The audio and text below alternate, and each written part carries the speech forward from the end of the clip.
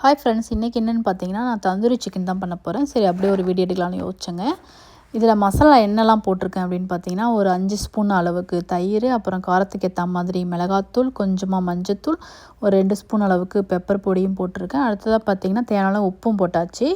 அப்புறம் ஒரு கொஞ்சமாக லெமன் ஜூஸும் போட்டிருக்கேங்க. இவ்வளோத்தையும் போட்டுட்டு நம்ம நல்லா மிக்ஸ் பண்ணி கொடுத்துக்கலாம். மசாலாவில் உப்பு கொஞ்சம் அதிகமாக இருக்கணும். நல்லா மிக்ஸ் பண்ணிவிட்டு பார்த்திங்கன்னா, நான் கழுவி க்ளீன் பண்ணி வச்சுருந்தேன் சிக்கனையும் போட்டுட்டு, நான் தந்தூரிக்கு ஏற்ற மாதிரி சிக்கனை கட் பண்ணி வாங்கியிருந்தேங்க பெருசு பெருசாக.